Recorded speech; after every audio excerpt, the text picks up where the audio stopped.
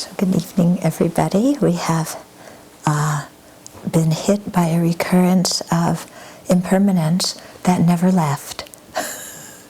And that's the impermanence of the ability to get online, which has suddenly ceased, seemingly without causes, but we know that's impossible. Everything has causes.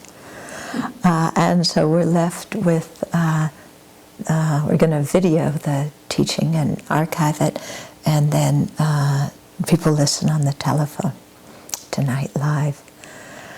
So let's start out with our motivation. Okay, so to really think that we want to listen and pay attention carefully today so that we can learn about ourselves. And why do we want to learn about ourselves? Well, because that's the secret to being happy. Because our happiness comes from inside. It's an internal experience. And so if we learn how to have a happy mind, it's not only good for us, it's good for everybody around us. And if we really think what happiness is in a deep way, we'll see there's many different kinds of happiness, many different levels. And we might want to aspire for higher levels of happiness that we didn't know about until now. And also broaden our perspective so that we think about the happiness of other living beings and want to help them attain a kind of happiness that lasts, that doesn't depend on changeable circumstances. So for that reason, we're going to listen to the Dharma teachings this evening. And really with a large mind, thinking of the benefit and welfare for all living beings, and trying to improve ourselves for that reason, so that we can contribute more to their welfare and happiness. So take a moment and generate that kind of motivation.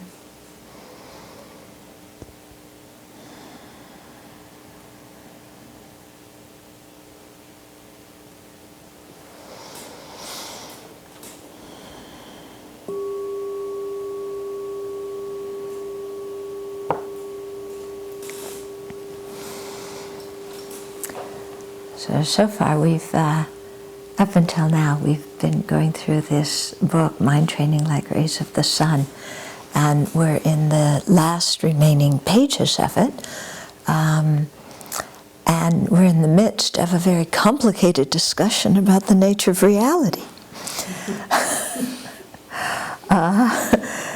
So tonight we're going to simplify all of that complicated discussion into the bare basics, which are very important for us to understand.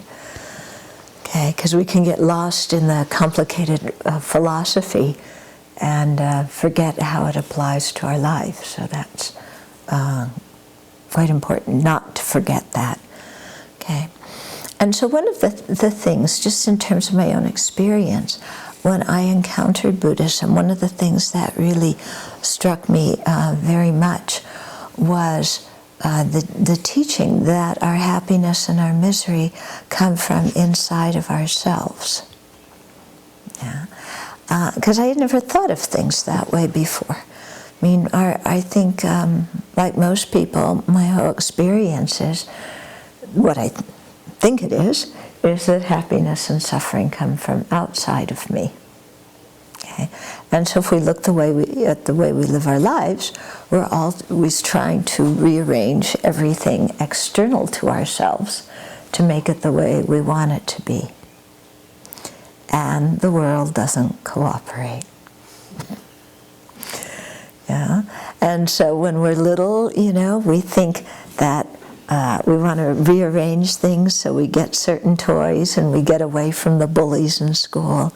And then when we hit teenage years, we want to rearrange things so that we can be with our friends and, you know, get away from anybody who's interfering with our autonomy and independence.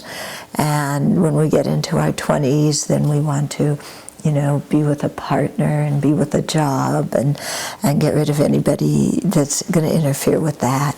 And so, you know, we go through all these different life passages where psychologically there's different things that we do at each stage in our life. There's a very interesting book I read years ago called Passages that talks about this kind of different things you do at different stages of your life. So we all go through that, so it seems like there's a lot changing. But actually our view doesn't change very much, and our view very much remains that, you know, I'm here, some kind of self-enclosed entity, and I want to be happy. That's the, you know, whole reason why I do anything. And happiness comes from outside, so I need to line up everything that is going to make me happy, you know, starting with food and, you know, and then career and fame and praise and sex and, you know, beautiful scenery and all beautiful music and everything like that. Yeah, you know, I got to line it all up. And I have to get rid of anybody and everything that interferes with my getting what I want, because what I want is going to make me happy. And that's how we see things, basically. You know? And we care about other people to the extent that they make us happy. Yeah? When they stop making us happy, then our care about them definitely changes. You know, our view of them changes. We don't care so much. Okay? So, you know, this is our whole worldview, that our job is to rearrange the external world to make it perfect, to make it what we want it to be. Okay? And that's what we set as our life goals. You know, I want to make a certain amount of money, and I want to have a certain kind of personal life and a certain kind of social life and a certain kind of prestige in certain areas and so on and so forth. And, you know, this is our goal, and this is how we live. And we try and get all of those things. We work very hard, but it's not really assured that we're going to get any of it. You know? And sometimes we sit and we look at other people and we say, well, they have what I want and I couldn't get it. You know, how come they have it? They're happy. You know, they have this and that and the other thing that I want. I should have it. But then if you talk to those people for more than, you know, 2.5 minutes, what you find is that they're usually complaining about things too. You know, something is wrong, something is unsatisfactory, they can't get what they want more, they want better. Okay? So no matter who we are, what we're doing, you know, we have our motto is more and better, you know, and so we try and get everything that we think is going to make us happy. More of it, better of it. Okay? And we don't question that worldview. We live our life just incredibly according to it, but we don't question it. And even after we hear the Dharma and we begin to question it, most of the time our mind just reverts to the habitual old worldview, you know, which is everything external is the cause of my happiness and the cause of my suffering. Okay? So, but let's question that a little bit. Before we can even break the habit of doing that, we have to question and see if our habit is correct or incorrect. Okay? Because all of society enforces that habit and that way of thinking. You know, all of society does. That's what the advertising industry is based on. You know, you have to get this in order to be happy, and that's for sure going to make you happy.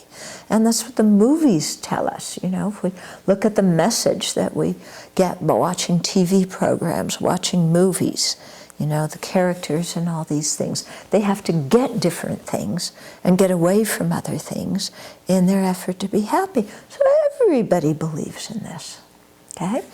But if we stop and question, is that really true?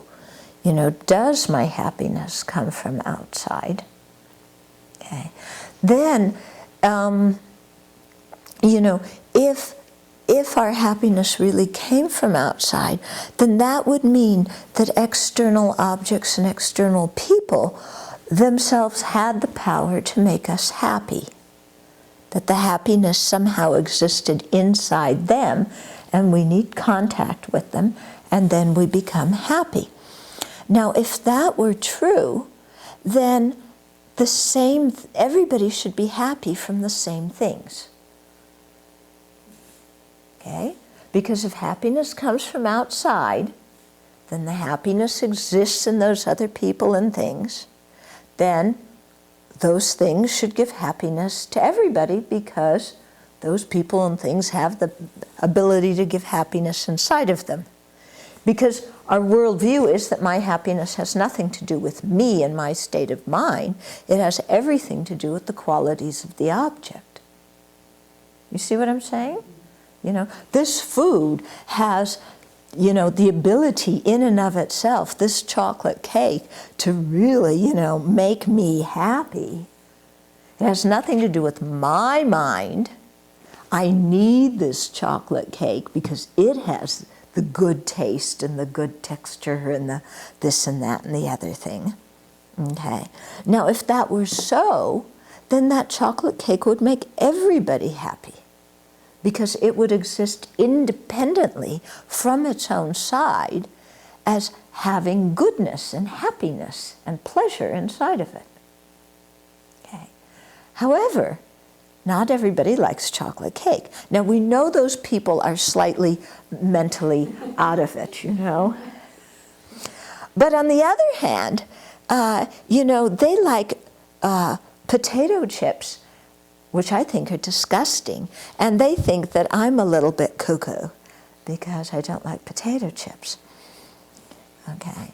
But you see, if the potato chips really had goodness inside of them, I would also like them. Okay. Why? Because all of that would exist in the object independent of its relationship with anybody. Okay? And it would also mean that any time we had chocolate cake, we would always experience pleasure from it, because it has pleasure-making ability inside of it, independent of us. So that means when we were sick to our stomach, we should be able to eat chocolate cake and feel better. Okay? It means that when we're already full, we should be able to eat chocolate cake and it'll still make us happy. Okay? Because this thing, independent of us, has the ability to cause happiness. Okay? So this is, when we use the vocabulary of inherent existence, this is what we're talking about. That something inside of it, from its own side, has some wonderful characteristics and has the ability to cause happiness. You know? And if that were so, that it could do, if it could do that from its own side, then anybody should be able to have happiness from it, and we ourselves should be able to have happiness from it any time whatsoever, because that pleasure exists inherently in the object in the other person. Okay? The reality of life is that that's not the case, is it? Yeah? That not everybody likes chocolate cake, and some people find it disgusting. And even us, you know, on those rare occasions, sometimes we look at it and we go, blech, you know, it doesn't bring happiness. Okay? But if we don't have that blech feeling very often, then we think the chocolate cake is really great. We put all our efforts into getting it. Okay?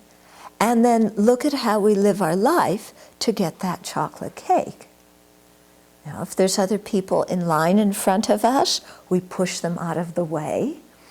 If the chocolate cake is stale when we get it, we complain. When we get our chocolate cake, we eat it very quickly so we can get another piece before it's all gone, before somebody else eats it. Okay. If we're really craving it, we will lie to get it. Okay. We will steal to get our chocolate cake. Okay. I'm using the example of chocolate cake, but substitute in it something that you really, really want, that you know, it could be money, it could be your new sports equipment, it could be a relationship, it could be some acknowledgement in your job, it could be, you know, some popularity, who knows? We all have different things, okay? Substitute that for chocolate cake and see how our view completely takes over our life and how we really lose our senses in many ways, and we'll do almost anything to get whatever it is we think will make us happy. Okay? And we can, most of us, look in the past and see how we've done that many, many times. And you know, I think a lot of times when we look, the things that we don't feel good about in our life, the things that we've done that we don't feel good about, a lot of it has been involved with this attempt to get the things that we think are going to make us happy. Okay? And so we do all sorts of stuff because our mind isn't thinking clearly. We get what we think is going to make us happy, and sometimes it makes us happy, but not for a very long time. Yeah, we've all had lots of happiness before. Where is that happiness now? Yeah. We ate chocolate cake how many times in the past? Do we have any everlasting happiness from it? No, we have clogged arteries and obesity and all sorts of other things. Okay? So, and then similarly, you know, we think that our misery comes from outside. Why am I miserable? Well, because this person criticizes me, and that person, you know, interfered with me getting what I want, and this person over here has something, you know, better than what I have. And this person bosses me around, and this one forgot my birthday, and you know, and all these people are trying to control me and tell me what I should be, and none of them listen to me. You know, I'm a total victim to all their selfishness, which they just, you know, take over and, you know, try and control me and disrespect me, and on and on and on, right? You know, and so if we look, you know, why do I have suffering? Why do I have problems? It's always somebody else's fault, isn't it? Always. It's never has to do with me. My suffering always comes from other people. Okay? And so then what's my technique to get rid of that suffering? Well, it's to get rid of those people, you know, or get rid of their behavior. Make them change so that they will be what I want them to be. Okay? And so we have wonderful advice for everybody. Yeah, this person should not talk so much. That person should talk more. You know, right? Don't we all have that advice for some people? We all know people in our life that just like, shut up already. And then other people that we think are good, we want to get to know. Oh, please talk more. You know, so we have our little things that we want everybody to do. You know, and then, you know, you don't praise me enough. You don't appreciate me enough. You don't listen to me. Yeah, you ignore me. You have your own image of me that has nothing to do with who I really am. You know, on and on and on. We have a list of complaints about other people that just goes miles long, doesn't it? That would be interesting to do one day. Wouldn't it? Take out a whole roll of butcher paper and write out all of our complaints get it out of our system, write it all out, and then look at it and say, if all of those things went away, would I be everlastingly happy? It would take more than a day? Well, you can type if you type faster. But, we think if I only were able to change those people and make them do things differently, then I'd be happy, So we not only want to change the people in our personal life, friends and family members, and, make them act differently, or, change them, go to the old friend store and get a new friend, and, not only that kind of thing, but, just to arrange it all and control it all. And we think that's going to make us happy, and it doesn't, does it? Have you ever had the situation where you've complained and complained about somebody's behavior, then the other person's really tried hard to change that behavior to please you, and you still complain about them? Something's still wrong with them. You ever notice that? Yeah. We notice it more when we're the ones who try and change to make somebody else happy and they keep complaining about us. We notice that more. Okay. But you're getting the idea that there's something very wrong with our worldview in thinking that happiness and suffering lies outside. And we can have little glimpses of how false this is on a daily basis, just like based on the mood we're in when we wake up in the morning. Because we all know if we wake up in a good mood, the day goes well. We meet many nice people. Yeah, even if somebody gives us some feedback we don't like, it's not too bad. Our mind's balanced. We can handle it. We don't freak out. Yeah. But when we wake up in a bad mood, everything causes us suffering, doesn't it? Everything. We wake up in a bad mood. Somebody says good morning. Somebody bows to us in the meditation hall. We all bow to each other.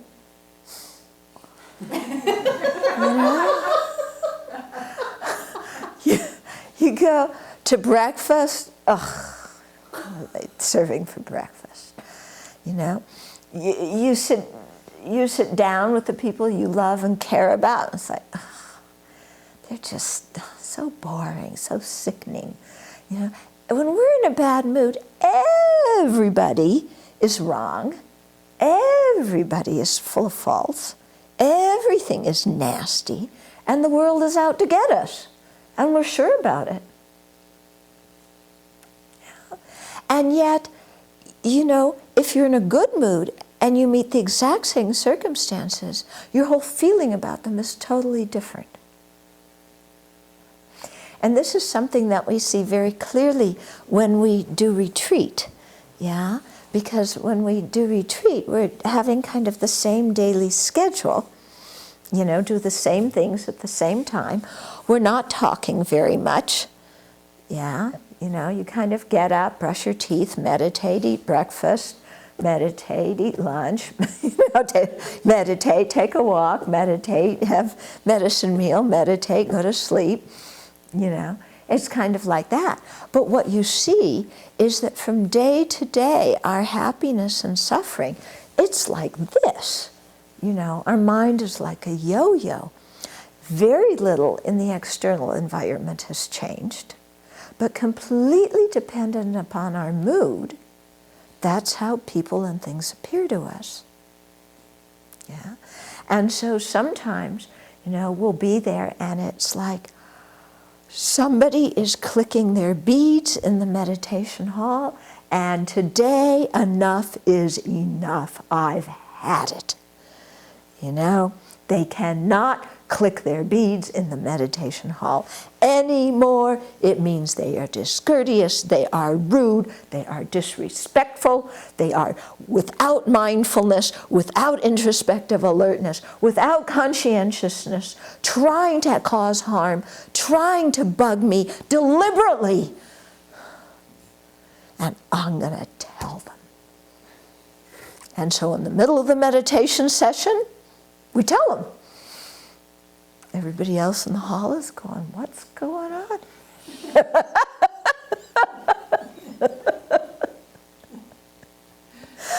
Okay? But, you know, it's all coming from our mind. It's completely coming from our mind. It's not coming from the other person. You know? If you were lonely and you heard somebody else clicking their meditation beads, wouldn't you be happy? Yeah? If you had gone years without meeting another meditator and you heard somebody clicking their beads, you would be so excited.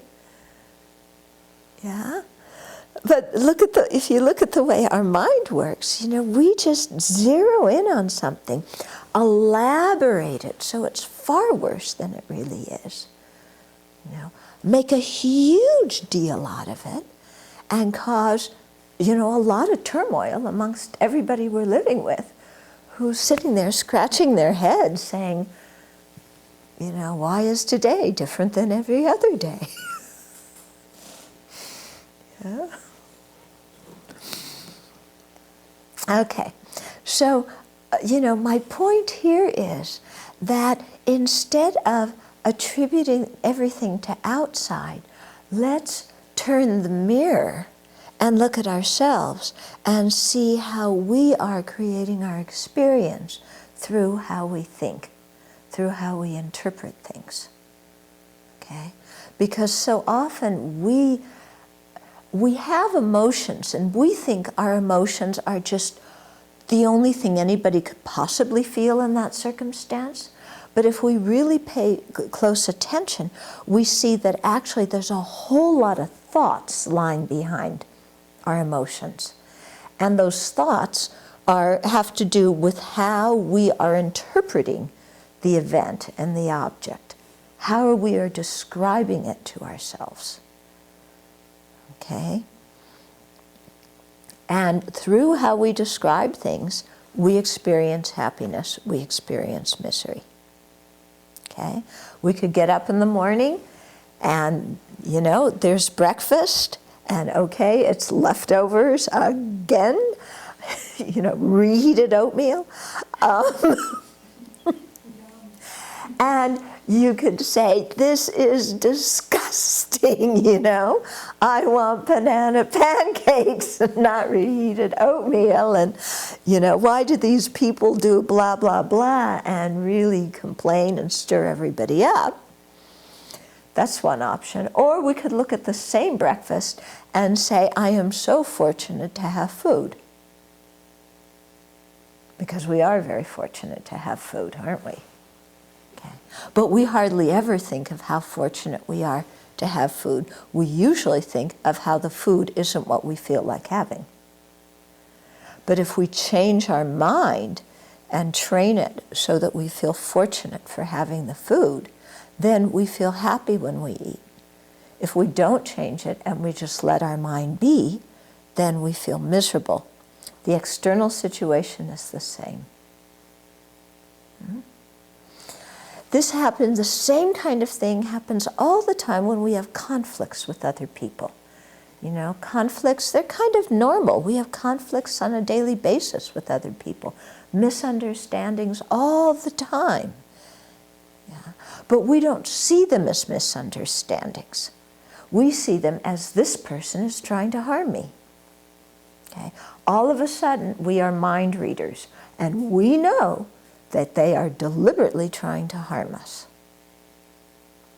Okay? How do we know that? Don't ask, we just know. Okay? And then, you know, we develop this attitude of I'm a victim. You know, these people are deliberately being rude to me, deliberately being discourteous. because we have a whole history together, right from the very get-go when I've met them. They've never liked me. I've never liked them for that matter either. And, they're always trying to do this thing to poke at me and get me, provoke me. And, they're just that kind of blech person. And that's how we describe something, a situation, And then we believe our description. We react to the other person as if they were, like the most horrible person on the planet who's deliberately trying to harm us. And then, of course, the other person is, again, going, what in the world is going on here? Yeah. And meanwhile, we're sitting there, you do this, and you do that, and you don't listen to me, and you don't respect me, and, you're always sabotaging me, and you care about everybody else more than you care about me, and, you're talking behind my back, and on and on and on. And we're sure our view is right. And we make ourselves very miserable, and we really damage relationships with other people that way because they don't always know what in the world we're talking about. But we're so sure that our interpretation is right. In fact, we don't even see it as an interpretation. We think that what we're perceiving is direct experience. There's an objective world out there, and I am perceiving it as it is, objectively. We're not seeing that, all our thoughts are creating how this thing is appearing to us, and then we emotionally react to what we've created through our inappropriate attention. So this happens all the time. And so, the thing is that if we stop and analyze and check, do other people, really have those qualities? Is the situation really as I'm apprehending it? We'll see that very often it's not. Now, often when we're in the middle of the strong emotion, we can't see beyond our nose. We're convinced that this is how things are. But have you had the experience where maybe you calm down a week later or a month later or a year later or a decade later, and you look back at the experience and you say, why did I get so upset about that? You ever had that experience? It's like, what was I thinking that I was so super sensitive and so accusatory towards the other person?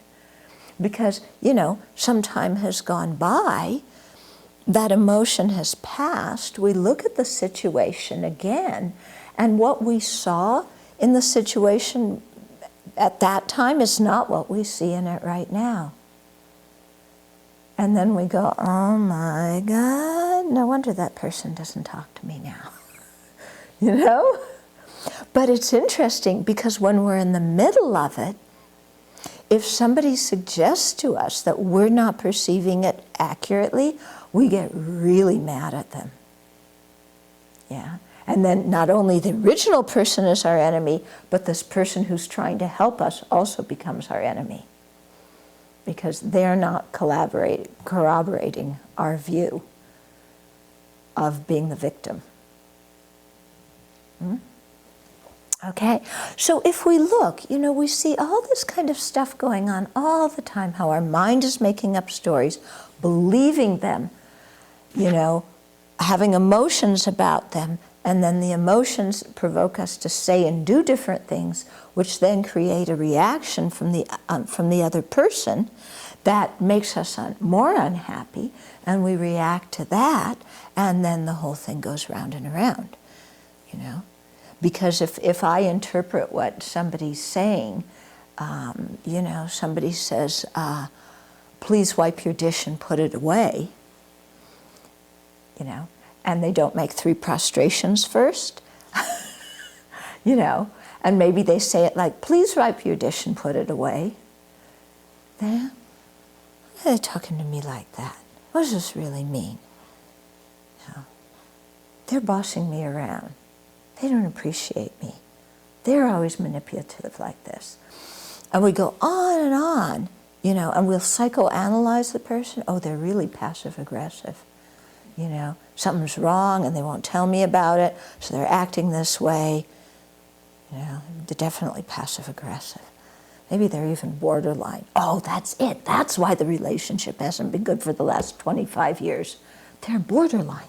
You know, and we do our little psychoanalytic trip. Yeah, and we're just all wrapped up in all of these thoughts that we are so sure are the external objective reality. And then what we're actually doing, if you look at it, is we are making ourselves into a victim. Okay? Isn't that one of the things we do most often when we're unhappy? Is I am a victim. Okay? So we make ourselves into a victim, and then we get angry because we don't like being a victim. Okay? Or we slink away and have a pity party. But it all comes, you know, who made us into the victim? We did that. Yeah. Oh, these people never listen to me. Well, have we ever tried talking to them? You know, we just get into the thing, nobody listens to me. But we don't even talk to them or ask them how they are or take the effort to have a conversation. So you see, you know, we've made ourselves into the victim because they're like this. Then we believe it, make ourselves miserable, get angry at them. Okay? And the whole thing is so useless, isn't it? When you think that we all just want to be happy and don't suffer, then all these like ruminating thoughts and proliferating thoughts and accusation, victim mentality, and the whole thing, it's so useless. But this is all a product of our ignorance because we think everything exists objectively outside how we perceive it, not realizing that how we, quote, quote, perceive it is through this whole filter of me, I, my, and mine. And, you know, and that we're just making everything into whatever all of our nutty thoughts want to make it into. And then we're miserable. So, the good news about all of this is that if our happiness and suffering doesn't come from outside, if it comes from our own selves and our own mind and the way we interpret things, then there's some hope in the planet. Because while we cannot control everybody else and make them into what we want them to be, we can work on ourselves. Okay? So we can turn inside. We can look, what are my unproductive mental habits? You know, what are the disturbing emotions that I habitually fall into that make me miserable? What are ways of seeing things that I have that I believe but actually are incorrect? And to do this kind of questioning and challenging of a lot of our mental habits and a lot of our emotional habits and a lot of our thoughts. And if we do that and start cleansing and letting go of a lot of these useless things, then we'll find that actually there's the possibility to be happy. You know, that we actually, when we say in Buddhism that we're responsible for our happiness or suffering, that's actually something good, because if we're responsible, we can change it. If somebody else is responsible for our happiness and suffering, what can we do to change it? How can we change anybody else? You know? How can we change it? And we've been trying our whole life to change everybody else. Yeah? But if we start and try to change ourselves, then something might actually change, because we're the ones who can change us. You know, and that's the field of what we can change, is ourselves, not others. Okay? And so this is the beauty, I think, in the Buddha's teachings, is that the Buddha teaches us how to change ourselves. It's not just stop being angry, because, you know, how can we make ourselves stop being angry? You know, it's not just stop being a victim, because we believe it too much, okay? But instead what the Buddha teaches us is how to look at the situations in different ways so we describe them to ourselves in a more realistic way, okay? And when we start to describe situations differently, then we experience them very differently. I was reading an article in the New York Times last week. It was called something like, "What Pets Can Tell Us About Marriage."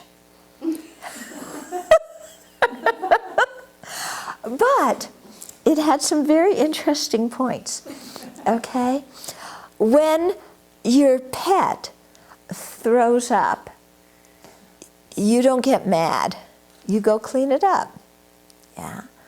When your pet, you know, whines, they want food, you know, you go feed them. You don't kick them out of the house. When your cat doesn't feel like being pet, you put it down. You don't get angry, okay? It had all these kinds of examples of like usual behavior that animals do, then that we just forgive them for. You know, we just totally forgive them. Oh, you ruined all the furniture? You know? You clawed all my new furniture? Well, we're mad for about half a second, but then we just forget it, you know? It's a cat, it's a dog, you know, this is their nature. When I was little, we had a German Shepherd, and my mom one day was cutting a salami on the counter, and the doorbell rang, and when the door came back, there was no salami. It was a big salami. It was gone, you know. So when your pet does something like that, you know, you forgive your pet. You know, you love your pet. When your spouse does something that you don't like, that's not even as bad as eating the whole salami or ruining all your food or throwing up on the carpet just after you cleaned it. But your spouse does some small thing, and, you know, people like go through the ceiling, okay? So, you know, so this article was just kind of saying, hey, you know, think about how you react to your pet and how you cut your pet a lot of slack. But when it comes to human beings, we demand perfection, you know? And they've got to be perfect, and they've got to be what we want them to be when we want them to be it. Okay? So it's an interesting article. They were actually talking about emptiness and self-centered thought, but the Times writer didn't know it. Okay. But, you know, this is the whole thing, that, you know, how we look at it. You know, why are we so demanding of some people and cut other people a lot of slack? Okay, why? Does it make any sense? Because the people we're most demanding of are usually the people that we care about the most. But then we're so demanding of them that, you know, our demandingness, our demands drive them away, make them feel stifled. Okay? But it's very interesting how we are in that way. Yeah? We create an image of somebody and then we try and make them be that and get very upset with them when they aren't. But, you know, it's all coming from our wrong way of thinking. Because if we changed our view and look and said, here's another person who's just trying to be happy, who's just trying to be free of suffering. That's all this other person is. They're not some evil being who's trying to make me miserable.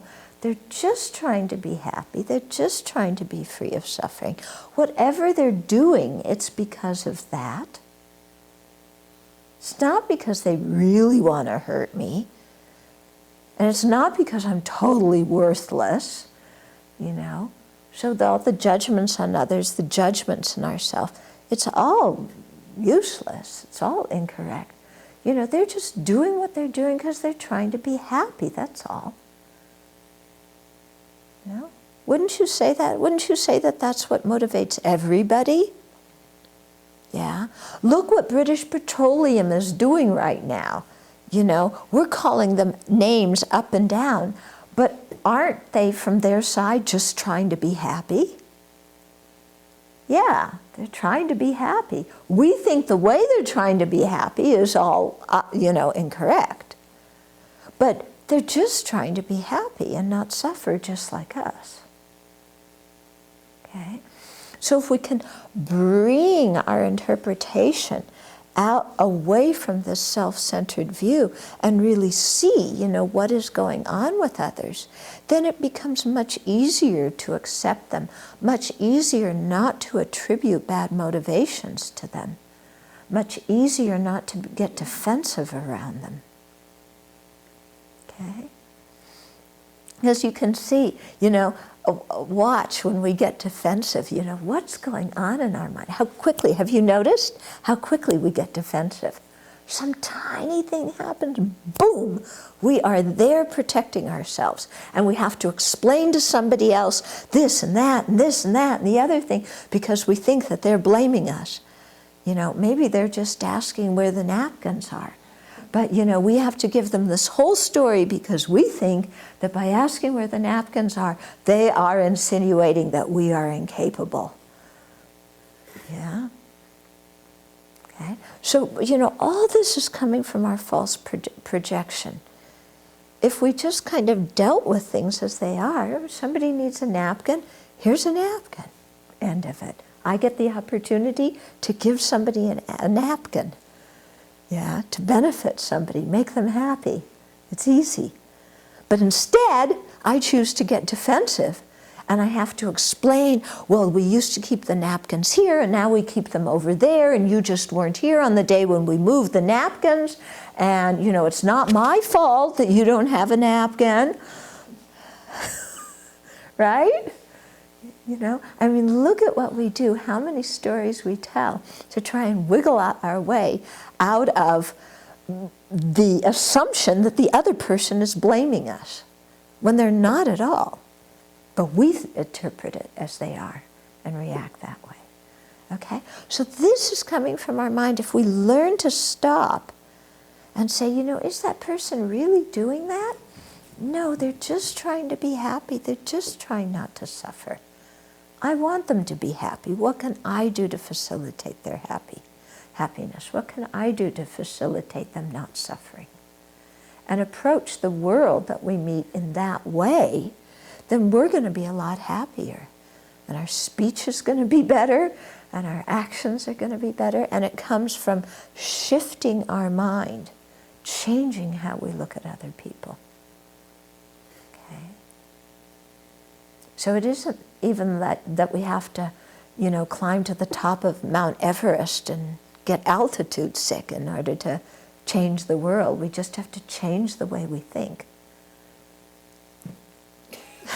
You think going to Mount Everest is easier. Okay. So the whole point, what I'm saying, is that we think things exist the way they appear to us, whereas they don't. That we're imputing qualities, motivations, a whole description of a situation, you know, and then, but we're thinking that we're seeing external things. Okay, so this causes us to generate a lot of attachment, anger, jealousy, arrogance, resentment, you name it, we generate it, become miserable, do things that make other people miserable.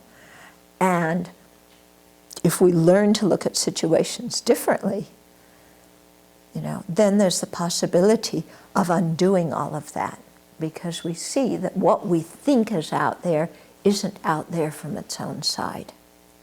Okay? Therefore, we can see it in a different way. We can relate to it in a different way. Okay. So maybe some questions or comments now? Yeah.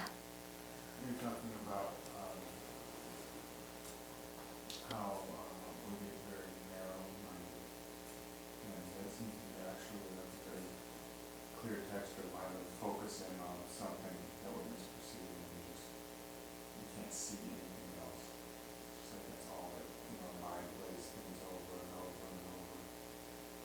And so when I get angry, oftentimes I don't believe it anymore, and so I just kind of know that 10 minutes or 20 minutes or an hour away, I don't care about that anymore. But at the same time, my mind is still kind of, even if I'm not playing it over and over, my mind has this texture, very narrow, like tunnel vision, very focused in on an unhealthy way. And I don't know how to get from that mind to one that's more broad and open, trying to do some meditations or thinking about things that are outside of this little small thing. But it can be very difficult to open your mind like that. Yeah.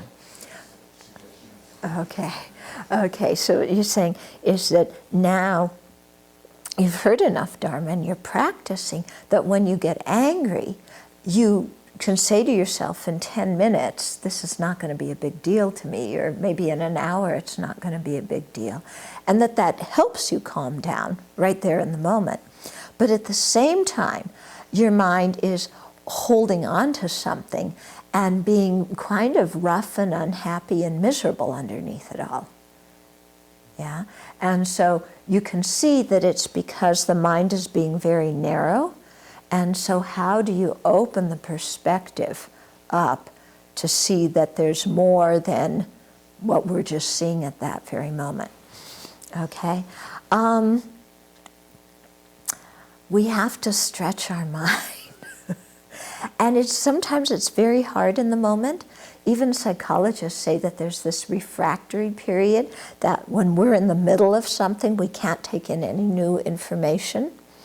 But what I think is a big help is in our meditation sessions, when the situation isn't red hot in front of us, that at that time we start dissecting it and broadening our view and seeing that there's so much more going on than what we're locked into at that moment. And practicing this new view again and again, over and over again in our meditation session. And if we do that, then what it does is it stops the habit of the narrow-minded interpretation of it. Okay? And so even if the narrow-minded interpretation comes, it becomes easier to take in new information. That refractory period isn't so long because we've practiced this new view outside of that time. Okay? And so usually what our mind is focused on when we're really stuck in it is me, I, my, and mine. And what's happening to me is the most important thing in the universe, And sometimes it's just very helpful at that time to say, this is just one thing that's happening. It's not the most important thing in the universe. At this very moment, why this person is criticizing me, some people are dying, some people are killing, some people are starving, some people are, there's so many different experiences that this moment isn't just all about me and what's happening to me, And what is the experience of other living beings right now? And then that opens our mind tremendously. At least I find that very, very helpful, because it also helps me put in perspective how serious this thing is that I'm getting all upset about. Yeah, because usually compared to what's going on the planet, what I'm upset about is not so serious. Yeah.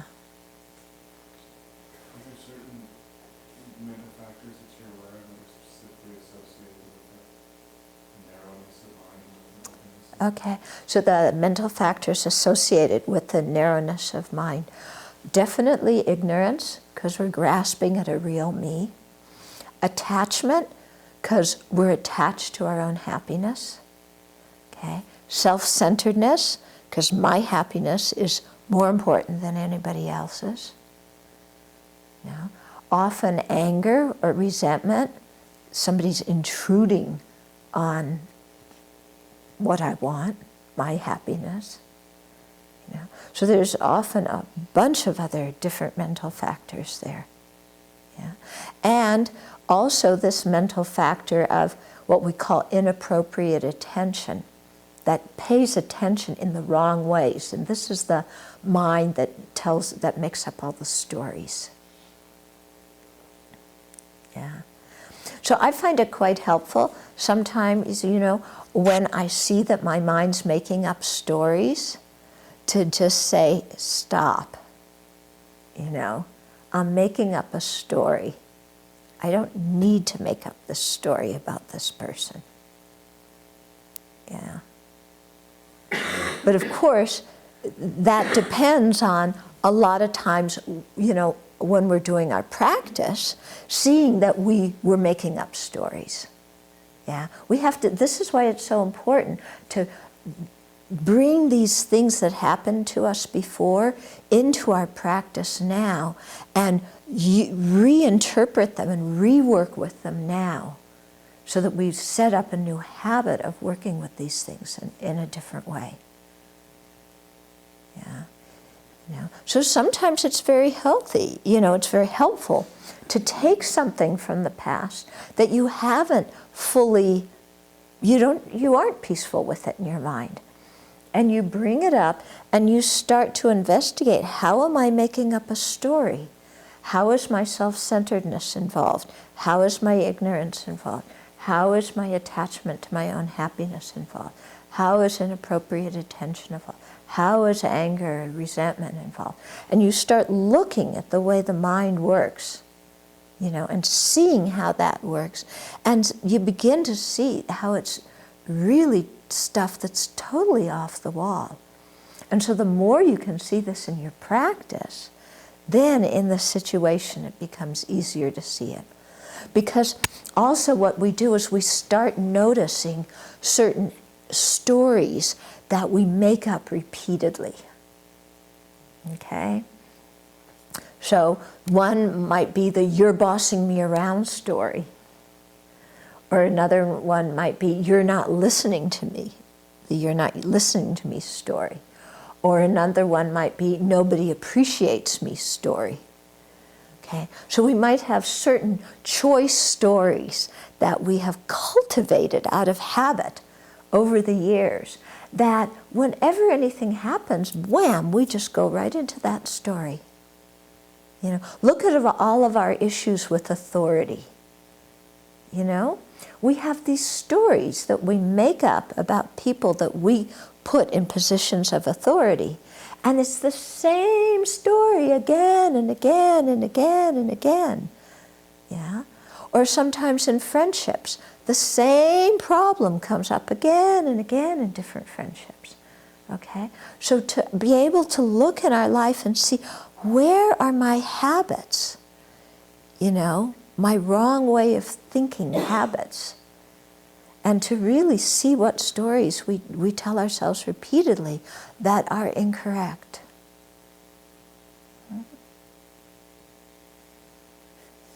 Mm-hmm. I understand that happiness comes from within, believe it. But yet I find that I'm the happiest when I look back at my day and say that was a good day. And say that was a good day. day. I produced something. Uh-huh. And if I don't have that, it's not that I'm unhappy, but if I am not productive, that makes me unhappy. Okay. I'm going to sit around and watch TV all day long. Uh-huh. It makes me unhappy. Okay. Is there a separation between being productive and that making you happy? And it doesn't have to be necessarily building a deck. Mm-hmm. It could be helping a person or Mm-hmm. whatever it might be. Yeah.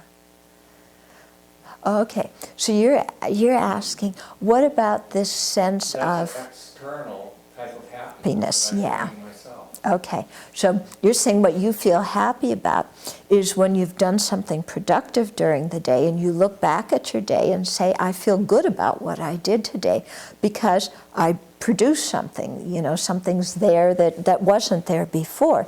And so you're saying that you're seeing that that's something that's coming from outside, But at the same time, you do get a sense of satisfaction and fulfillment. Whereas if you just laid around and watched TV, you wouldn't get that sense of satisfaction and fulfillment. Okay? So, yeah, I think most of us, all of us, we like to feel some sense of that we are efficacious people and we can do things that are good, that count in the world. And I think there's nothing wrong with that, feeling good about what we've done. You know, in fact, it's nice to feel good about what we've done. I think where we sometimes can get into trouble is if we only feel good about certain things that we've done, but we don't feel good about other things that we've done, but maybe those other things are equally as beneficial, but we haven't trained our mind to feel good about them. Okay? So maybe there's somebody who just feels good when they clear a lot of stuff off their desk, you know, or they build a deck, or they, you know, do something, but they don't feel so, you know, they haven't trained their mind to feel good when they clean their room, or when they help somebody else clean their house, or when they actually sit quietly and change their own way of thinking, or when they are able to read a spiritual book or a Dharma book and think about it and have new thoughts. Maybe they haven't trained their mind to feel happy about all those other ways of feeling happy, aside from the usual things they're habituated to. Okay? So I think it's good to train our mind to feel happy about all the different things that we do during the day, because if we only feel happy about some things, then let's say when our body stops being able to do those things, then we're up a creek, aren't we? But if we change and say, well, just even sitting here and working with my mind, you know, or sitting and reading a book and thinking about it and having some new thoughts and questioning myself, that's something actually that's very productive. I don't have anything to see afterwards and to point to somebody and say, look what I did. But in the sense of my own internal feeling and my own self-knowledge, my own ability to be kind to others, I've made some progress in that day, and I can feel good about that. And so if we train our mind to do that and to feel good about that, then that gives us a whole lot of more different ways to be happy, because you can work with your mind even when you're sick. Whereas if all of our happiness depends on our body doing things, then when we're sick, as we age, it becomes much more difficult to be happy. Okay? So to expand our way of feeling fulfilled, you know, and to see, even when we're able to say something kind to somebody that makes a difference in their life, to feel good about that, yeah, instead of just brushing that off. But, you know, see, oh, I can do that. Okay, so we have to stop now?